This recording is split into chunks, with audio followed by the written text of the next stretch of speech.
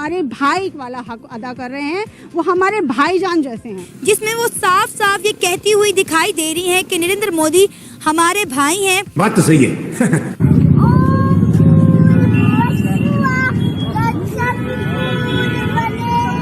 याद रखिए कि अहादीस के अंदर एक तो ग़ज़वा हिंद मौजूद है और 18 हदीस हैं, वो तो हिंद के साथ मुसलमानों ने लड़ना ही लड़ना है। पाकिस्तान इंटरनेशनल एयरलाइन का यूरोप में परवाजों का इजाजतनामा 6 माह के लिए मंसूख कर दिया है। गांधी ने तो पाकिस्तान के लिए जान दी हुई है, पाकिस्तान की फेवर करते हुए वो मारा गया। मैं तो कुछ और ही समझ रहा था। हमारे प्रेस में, हमारी किसी एकेडमिक बुक में, हमारे किसी नरेटिव में नेहरू और गांधी के लिए एक छोटा सा लफ्ज भी उनकी तारीफ में नहीं है। तो ये वो कुल्हाड़ी है जो हमने अपने पैरों पे खुद मारी। अब वो जाहिर है उसका, उसी दिन मैंने कहा था, उसी दिन मैंने लिखा था कि इसका खतरनाक असर होगा। इसका असर पाकिस्तान पे नहीं होगा, PIA पर होगा, पाकिस्तान के फ्लैग पर होगा जो गैर मुल्की फजाओं में प्रवास करता है। पाकिस्तान इस चीज को एक्सप्लॉइट क्यों नहीं कर पा रहा? क्या वजह है कि हम इस चीज को छाल नहीं पा रहे? वो हम पे झूठा इल्जाम लगाते हैं, पूरा जो है आलमी मीडिया को अपनी तरफ मुतवज्जो कर लेते हैं। हमारे पास तो उनके बिल्कुल कहते हैं ना कि जीती जागती सबूत है हमारे पास जी। और पाकिस्तान आकर वो सीधे हमारे लाहौर में मीनारे पाकिस्तान पर जाकर लिखते हैं, हालांकि लिखने की कोई जरूरत नहीं थी, ये बात सही बात उनको, लेकिन फिर भी हमारी तसल्ली के लिए, हम पाकिस्तानियों की तसल्ली के लिए हम हमेशा पता क्या कहते रहे, इंडिया ने कभी पाकिस्तान को दिल से तस्लीम नहीं किया। अब दिलवर अल्लाह जाने दिल को कैसे डिफाइन करेंगे, दिल से तस्लीम नहीं किया। उस बेचारे वाजपेयी ने इंडिया में, पाकिस्तान में आके मीनारे पाकिस्तान में लिख दिया, भाई हमने दिल से तस्लीम किया आपको। ये मेरा, आप सही कह रहे हैं कि हमें जिस तरीके से फोल्डर बनाने चाहिए। देखिए बात यह है कि हमने अपना तमाम तर जोर जो है वो डिप्लोमेटिक फील्ड में लगा रखा है, हालांकि पॉलिटिकल फील्ड इसके अलावा है, लॉ फेयर का फील्ड इसके अलावा है, मिलिट्री फील्ड इसके अलावा है। 3 फील्ड हमने छोड़ रखे हैं। और जब मैं मिलिट्री की बात करता हूँ तो इसका ये मैं मतलब हरगिज नहीं कहता कि आप हमला कर दें, या क्योंकि 2 न्यूक्लियर पावर्स हैं जिस तरीके से भी हो। तो बात यह है कि बहुत कुछ ऐसी चीजें जो हम कर सकते हैं जो हम कर नहीं रहे हैं, और जो हैरत होती है कि तो स्वागत है आपका आपके चैनल EFC में। दोस्तों, भारत में प्रधानमंत्री नरेंद्र मोदी ने 22 जनवरी 2024 को दिवाली मनाने का ऐलान कर दिया है और साथ ही उन्होंने कई ऐसी योजनाएं चलाई हैं जिससे मुस्लिम महिलाओं को बहुत फायदा हो रहा है और मुस्लिम महिलाएं अब खुलकर नरेंद्र मोदी की सपोर्ट में आ गई हैं और उन्होंने कह दिया है कि नरेंद्र मोदी हमारे भाईजान हैं और हम उनका साथ देंगे। ये खबर भारत में ही नहीं बल्कि सीमा पार पाकिस्तान में भी डिस्कस हो रही है। पाकिस्तानी मीडिया और वहाँ की आवाम इस बात से चौंक गई है कि वहाँ की मुस्लिम महिलाएं भी नरेंद्र मोदी के साथ है, तो इसका मतलब उनके साथ प्रोपेगेंडा किया जाता है और उनको सच्ची बातें नहीं बताई जाती हैं। पाकिस्तानी एयरलाइंस का इंटरनेशनल लाइसेंस जो रद्द कर दिया गया है। यूरोप में पाकिस्तानी एयरलाइंस के हवाई जहाज उड़ान नहीं भरेंगे। इससे पाकिस्तानी मीडिया को झटका लगा है, पाकिस्तानी आवाम को सदमा लगा है कि अब उनकी मईशत कैसे काम करेगी। तो दोस्तों, मुस्लिम महिलाओं का नरेंद्र मोदी के प्रति प्यार देखकर और अपनी मईशत को गर्त में जाते देखकर पाकिस्तानी आवाम और वहाँ की मीडिया की देखिए क्या रिएक्शन है। देखिए ये जबरदस्त वीडियो। और वो हमारा भाई होने का हक अदा कर रहे हैं और हम खुलेआम इंडियन मुस्लिम खवातीन इंडिया के प्राइम मिनिस्टर नरेंद्र मोदी को सपोर्ट कर रहे हैं। जब हम आज़ाद हुए तो इंडिया और पाकिस्तान में फ़र्क था, लेकिन इतना ज़्यादा नहीं था।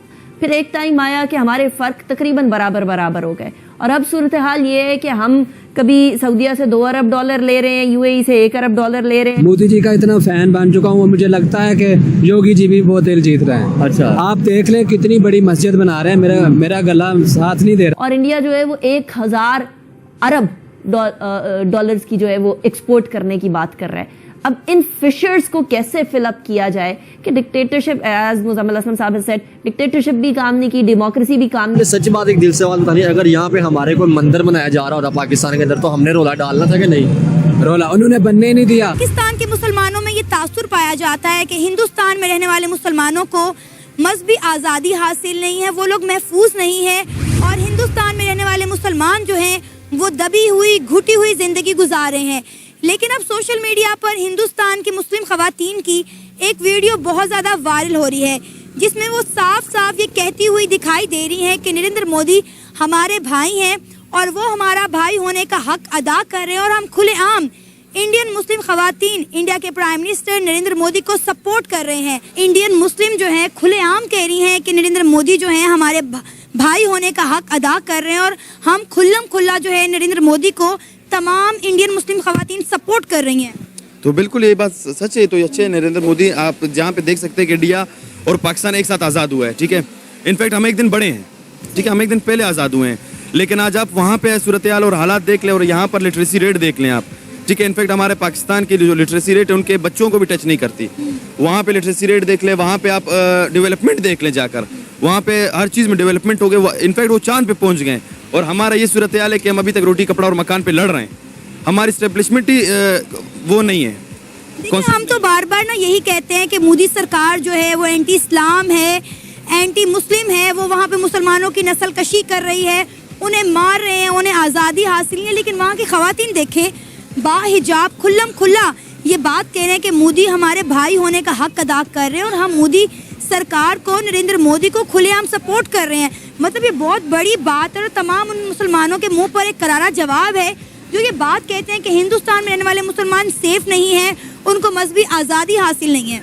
तो मैंने आपको स्टार्टिंग में ही कह दिया था कि ये कि फेक प्रोपेगेंडा है और कुछ भी नहीं है हमारी पॉलिटिक्स और हमारे एस्टेब्लिशमेंट की तरफ से। ये बड़ी अच्छी बात कही आप कि जैसे आप सब जानते हैं कि हमारी पॉलिटिक्स को कौन चला रहा है, सबको बेहतर मालूम है। नाम लेने की मैं कुछ खास, अब इस्लामाबाद में जो हमारे साथ हो रहा है, मैं खुद एक बलोच कम्युनिटी से बिलोंग करता हूँ।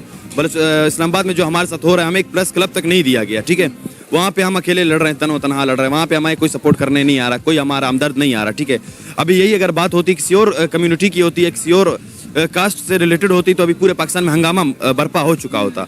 हमें 1947 से हमें डिग्रेड किया गया है, हमें कोई हकूक नहीं दिए गए। हमेशा से हमारा यही है, जब भी हम हकूक की बात करते हैं तो ये लोग इंडिया की तरफ हमारा ध्यान भटकाने के लिए फेक प्रोपेगेंडास बनाते हैं।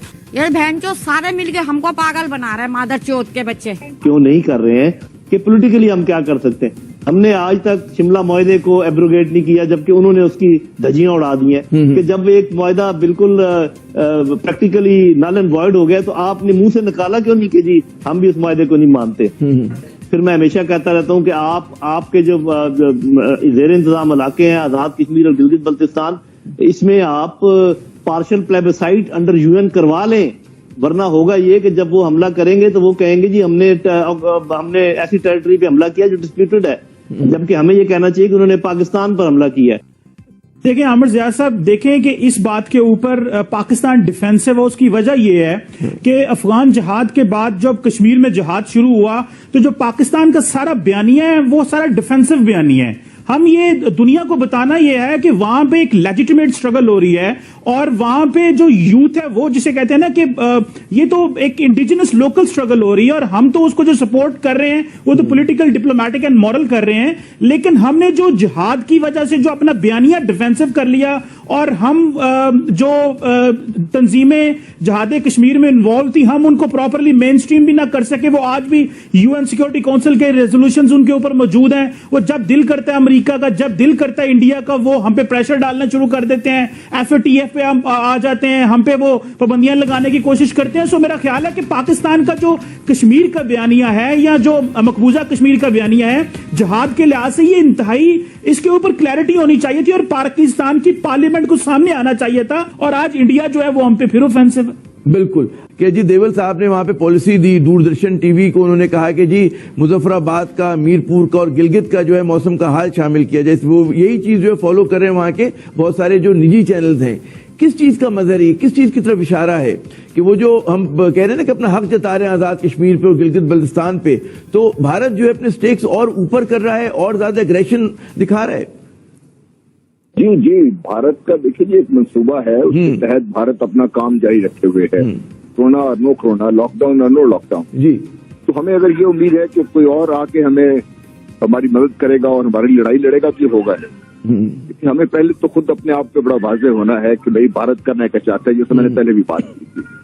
जब आपको भारत के मकासद क्लियर होंगे और आपकी हुकूमत खुद खुल के सामने आएगी और अपनी आवाम को तैयार करेगी, तो जैसे कि हम मुदाफियाना बयान देते रहे और हम अजीब किस्म के जो हमारी सियासत है उसमें हम फंसे रहें। हम कश्मीर पर बड़ी वाज़ेह पॉलिसी हुकूमत को और अवाम को देनी पड़ेगी, और अवाम अगर हुकूमत खड़ी हो जाती 5 अगस्त के बाद और पाकिस्तान को अवाम को साथ लेके चलते, और मुझे भी अंदाजा है कि भारत क्या करना चाहता है, लेकिन हमारी लीडरशिप शायद इसको ओपनली तस्लीम करना। बहुत ज्यादा अंडर प्रेशर आए हुए हैं, बहुत ज्यादा मादद ख्वाना रवैया जो चीमा साहब भी कह रहे थे। तो मैं यही चाहूंगा और यही कहना चाहूंगा कि इनसे बचें, फेक प्रोपेगेंडा से बचें। मेरा मानना यही है कि अपनी जो तालीम है अपना शऊर का सही इस्तेमाल करें। तो आपको ये वीडियो कैसा लगा कमेंट बॉक्स में जरूर लिखिए। इस वीडियो को लाइक कीजिए, शेयर कीजिए, सब्सक्राइब करना ना भूलिए आपके चैनल EFC.Z को। तो मिलते हैं अगली वीडियो में। जय हिंद।